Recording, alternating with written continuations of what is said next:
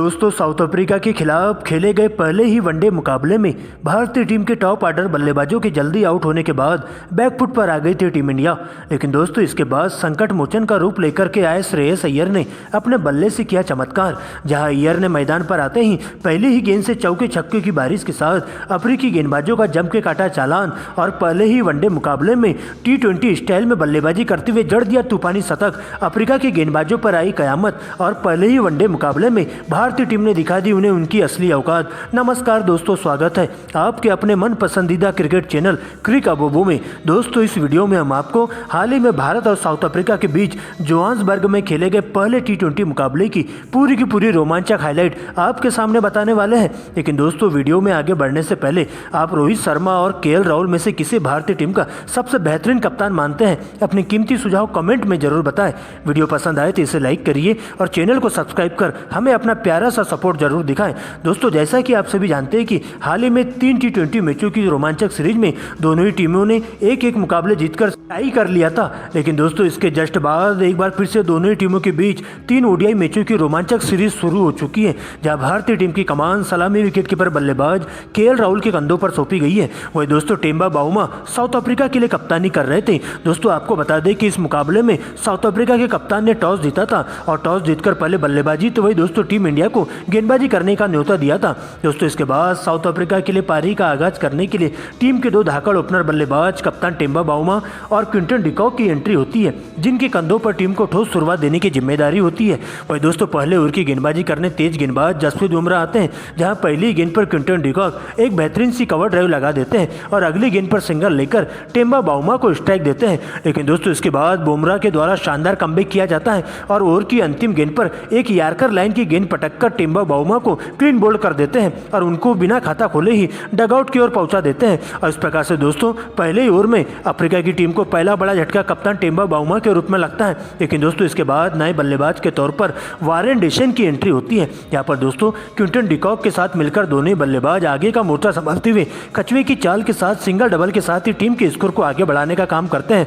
और दूसरे ओवर में मोहम्मद शमी को एक चौका दोनों बल्लेबाजों के बल्ले से देखने को मिलता है और यहाँ से दोनों बल्लेबाज बेहतरीन तालमेल के साथ बल्लेबाजी करते हुए अच्छी गेंदों को छोड़ते हुए खराब गेंदों पर बड़ा हिट मारना चालू कर देते हैं और पावर प्ले का भरपूर फायदा उठाते हुए टीम के लिए ज़्यादा से ज़्यादा रन जोड़ने का काम करते हैं। यहाँ पर दोस्तों साउथ अफ्रीका की टीम पहले 10 ओवरों में 1 विकेट के नुकसान पर 52 रन बना लेती है। लेकिन दोस्तों इसके बाद 11वें ओवर में मोहम्मद शमी आते ही अपनी घातक गेंदबाजी से क्विंटन डिकॉक को अपना शिकार बनाते हैं और उनकी 42 रनों की तूफानी पारी का अंत कर देते हैं। यहाँ पर दोस्तों कवर की दिशा में खेलने के चक्कर में क्विंटन डिकॉक कैच आउट हो जाते हैं। इस प्रकार से अफ्रीका की टीम को दूसरा झटका डिकॉक के रूप में लगता है। लेकिन दोस्तों इसके बाद आगे का मोर्चा संभालने के लिए मार्करम की एंट्री होती है। यहाँ पर दोस्तों आते ही मार्करम वांडे डसन के साथ लगातार स्ट्राइक रोटेट करने का काम करते हैं। यहाँ पर दोस्तों अच्छी गेंदों को छोड़ते हुए खराब गेंदों पर बड़ा हिट मारना चालू कर देते हैं और सबसे पहले दोस्तों सर जडेजा को टारगेट करते हुए दोनों ही बल्लेबाज 22 रन बटोर लेते हैं। यहाँ पर दोस्तों 20वें ओवर में दोनों ही बल्लेबाजों के द्वारा 2 चौके 2 छक्के और 2 डबल की मदद से 22 रन बटोर लिया जाता है।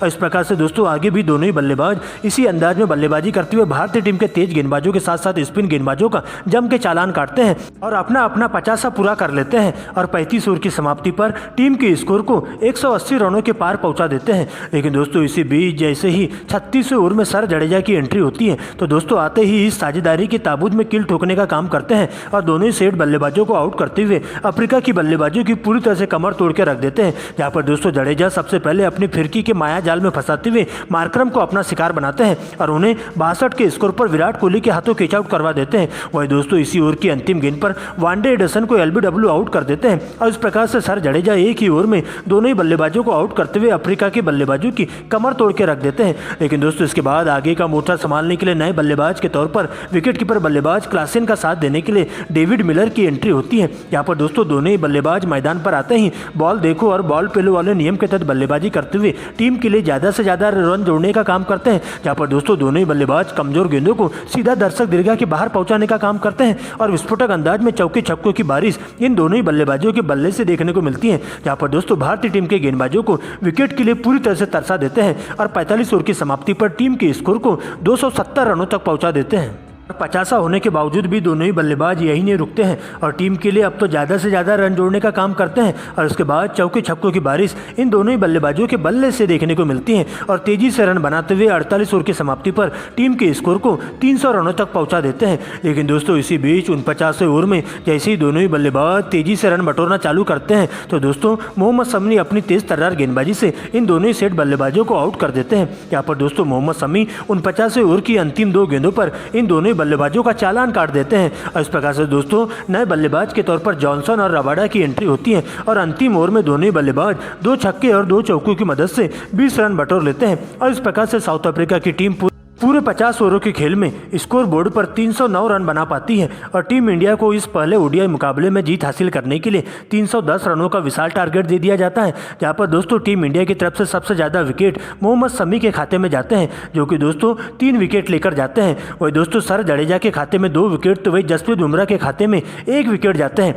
दोस्तों इसके बाद 310 रनों के विशाल टारगेट का पीछा करने भारतीय टीम के 2 दिग्गज ओपनर बल्लेबाज शुभमन गिल और रोहित शर्मा की एंट्री होती है जिनके कंधों पर टीम इंडिया को ठोस शुरुआत देने की जिम्मेदारी होती है। लेकिन दोस्तों पहले ओवर की गेंदबाजी करने तेज गेंदबाज नगीडी आते हैं और ओवर की चौथी गेंद पर रोहित शर्मा को अपना शिकार बना लेते हैं। यहाँ पर दोस्तों रोहित शर्मा बड़ा शॉट खेलने के चक्कर में सीमा रेखा के पास कैच आउट हो जाते हैं और बिना खाता खोले ही उन्हें डगआउट की ओर लौटना पड़ता है। लेकिन दोस्तों इसके बाद आगे का मोर्चा संभालने के लिए शुभमन गिल का साथ देने के लिए किंग कोहली की एंट्री होती है। यहाँ पर दोस्तों विराट कोहली आते ही इसी ओवर की अंतिम गेंद पर फाइन लेग की दिशा में एक जोरदार चौका जड़ देते हैं। वही दोस्तों इसके बाद दूसरे ओवर में शुभमन गिल भी अपने हाथ खोलते हुए दिखाई देते हैं। यहाँ पर दोस्तों शुभमन गिल जॉनसन को टारगेट करते हुए इसी ओवर में बैक टू बैक 2 करारे चौके और अंतिम गेंद पर एक छक्का जड़ देते हैं और दूसरे ओवर में 14 रन बटोर लेते हैं। दोस्तों इसके बाद तो दोनों ही बल्लेबाज बेहतरीन तालमेल के साथ बल्लेबाजी करते हुए सिंगल डबल के साथ ही मौके का फायदा उठाते हुए चौके छक्कों की बारिश करना शुरू कर देते हैं। यहाँ पर दोस्तों अच्छी गेंदों को छोड़ते हुए कमजोर गेंदों पर करारा प्रहार करते हुए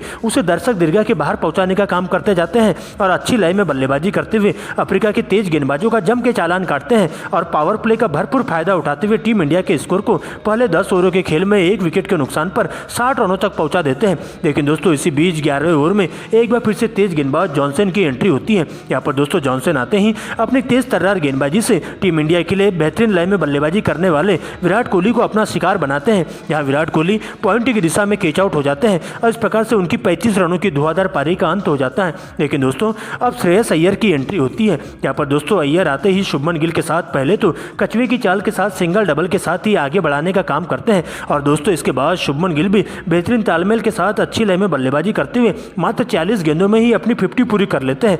लेकिन दोस्तों इसके बाद दोनों ही बल्लेबाज 20 ओवर की समाप्ति के बाद तेजी से रन बटोरना चालू करते हैं। यहाँ पर दोस्तों दोनों ही बल्लेबाजों के द्वारा अफ्रीका के स्पिन गेंदबाजों के साथ साथ तेज गेंदबाजों पर कहर बनकर टूटा जाता है। यहाँ पर दोनों ही बल्लेबाज इन गेंदबाजों पर दबाव बनाने की कोशिश करते हैं और विकेट के लिए उन्हें तरसा देते हैं और देखते ही देखते 25 ओवर की समाप्ति पर टीम इंडिया का स्कोर 2 विकेट के नुकसान पर 150 रनों तक पहुंच जाता है। लेकिन दोस्तों इसके बाद 30वें ओवर में एक बार फिर से शुभमन गिल बेहतरीन तालमेल के साथ बल्लेबाजी करते हैं। जहां पर दोस्तों कोटजे को टारगेट किया जाता है शुभमन गिल के द्वारा और ओवर की 4 गेंदों में तूफानी अंदाज में 2 छक्के और 2 चौकों की मदद से 20 रन बटोर लेते हैं। लेकिन दोस्तों इसके बाद कोटजे शानदार कमबैक करते हैं और ओवर की अंतिम गेंद पर एक और बड़ा शॉट खेलने के चक्कर में शुभमन गिल को 70 रनों के निजी स्कोर पर कैच आउट करवा देते हैं और उनकी इस धुआंधार पारी का अंत कर देते हैं। लेकिन दोस्तों इसके बाद महाराज की एंट्री होती है। जहां पर दोस्तों महाराज के एक ही ओवर में श्रेयस अय्यर चौके छक्कों की बारिश कर देते हैं और इसी ओवर में 3 लगातार गगनचुंबी छक्के अय्यर के बल्ले से देखने को मिलते हैं। इस प्रकार से अय्यर भी अपना 50 पूरा कर लेते हैं।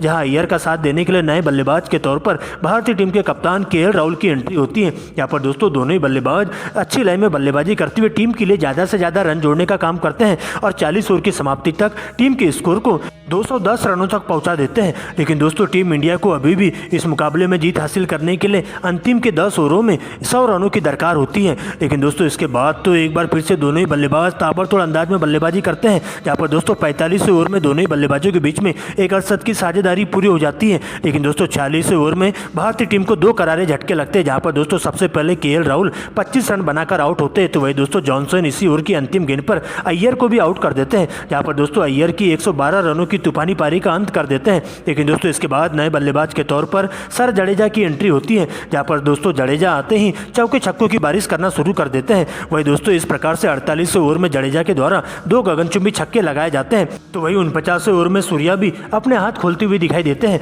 जहां पर दोस्तों अंतिम 3 गेंदों में 2 छक्के और 1 चौका लगाते हुए 16 रन बटोर लेते हैं। लेकिन दोस्तों इसके बाद अंतिम ओवर का रोमांच शुरू होता है, जहां अंतिम की 6 गेंदों में टीम इंडिया को इस मुकाबले में जीत हासिल करने के लिए पूरे 20 रनों की दरकार होती है और अंतिम ओवर की गेंदबाजी करने अफ्रीका के तेज गेंदबाज लुंगी नगेडी आते हैं। यहाँ पर दोस्तों उनका सामना होता है सर जडेजा से और जडेजा पहली गेंद पर एक गगनचुंबी छक्का लगा देते हैं। वही दोस्तों दूसरी गेंद पर एक चौका लगाते हुए तीसरी गेंद पर सिंगल ले लेते हैं। लेकिन दोस्तों उसके बाद स्ट्राइक पर सूर्या आते हैं, जहाँ पर दोस्तों अंतिम की 2 गेंदों में सूर्या एक छक्का और एक चौका लगा देते हैं और इस प्रकार से नामुमकिन को मुमकिन करते हुए पहले ही ओडीआई मुकाबले में अफ्रीका के जबड़े से जीत को छीनकर टीम इंडिया इस पहले ओडीआई मुकाबले में ऐतिहासिक जीत दर्ज कर लेती है। और इस प्रकार से दोस्तों अंतिम ओवर में 20 रन बनाकर टीम इंडिया पहले ओडीआई को जीतकर इतिहास रच देती है।